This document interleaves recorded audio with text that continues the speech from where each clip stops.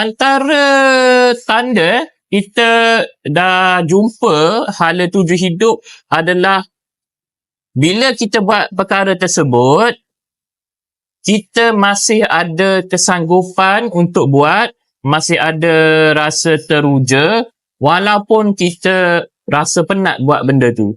Dia tak sama tau kalau kita hanya hidup sekadar rutin buat sebab tengok orang sekeliling buat perkara tu, dengan kita buat sesuatu yang betul-betul datang daripada jiwa kita. Dia tak sama.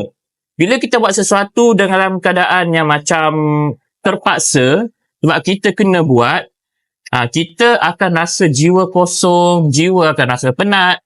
Tapi kalau kita buat sesuatu dengan purpose dan passion, dengan satu direction dan hala tuju, walau apa jua halangan, penat ke, sakit ke, kita tetap nak teruskan. Sebab apa? Sebab memang kita nak buat benda tu untuk diri kita.